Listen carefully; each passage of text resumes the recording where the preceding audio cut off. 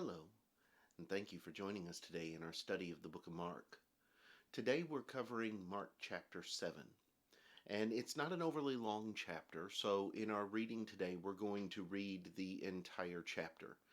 Jesus is continuing on with his ministry, but in the first half of chapter 7, he's going to have a discussion about why his disciples act differently from the rest of the people in certain areas. So let's see what Jesus says here in Mark chapter 7.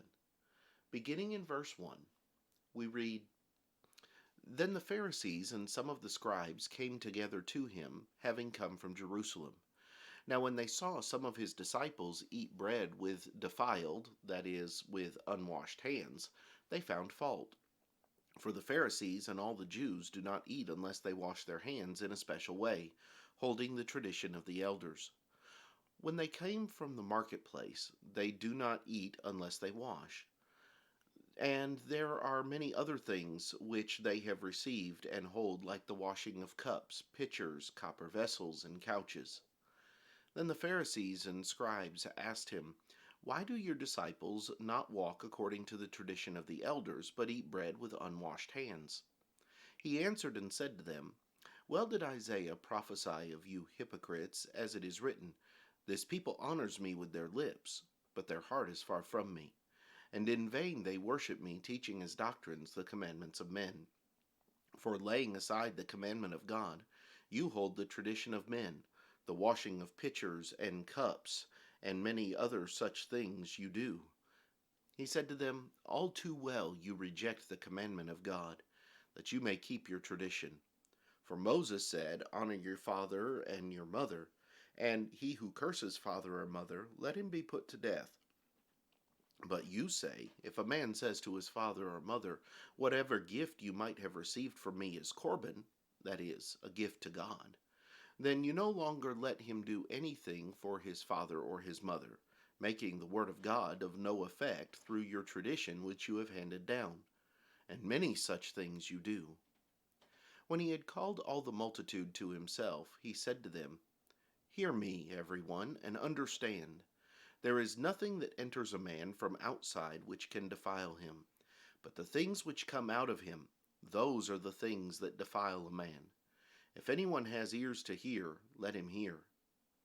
When he had entered a house away from the crowd, his disciples asked him concerning the parable. So he said to them, Are you thus without understanding also? Do you not perceive that whatever enters a man from outside cannot defile him, because it does not enter his heart, but his stomach, and is eliminated, thus purifying all foods? And he said, What comes out of a man, that defiles a man.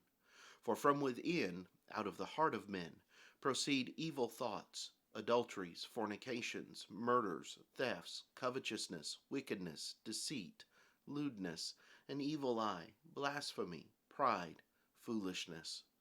All these evil things come from within and defile a man. From there he arose and went to the region of Tyre and Sidon. And he entered a house and wanted no one to know it, but he could not be hidden. For a woman whose young daughter had an unclean spirit heard about him, and she came and fell at his feet. The woman was a Greek, a Syrophoenician by birth, and she kept asking him to cast the demon out of her daughter. But Jesus said to her, Let the children be filled first, for it is not good to take the children's bread and throw it to the little dogs. And she answered and said to him, Yes, Lord, yet even the little dogs under the table eat from the children's crumbs. Then he said to her, For this saying, go your way. The demon has gone out of your daughter. And when she had come to her house, she found the demon gone out, and her daughter lying on the bed. Again, departing from the region of Tyre and Sidon, he came through the midst of the region of Decapolis to the Sea of Galilee. Then they brought to him one who was deaf, and had an impediment in his speech, and they begged him to put his hand on him.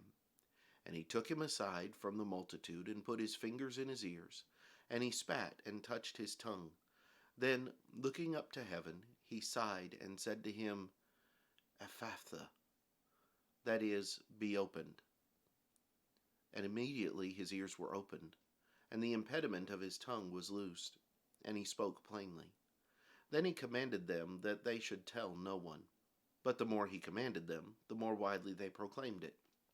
And they were astonished beyond measure, saying, He has done all things well. He makes both the deaf to hear and the mute to speak.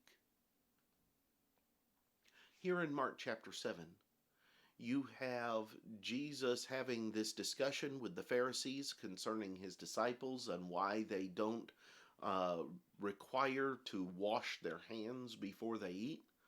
And then you have more healing actions that are undertaken by Jesus. And there's some interesting things that Mark records and the way that Mark communicates them here in this chapter. Next time we'll come back and we'll examine some of those things and see what we can learn from them. I hope you'll join us then. But until then, have a great day.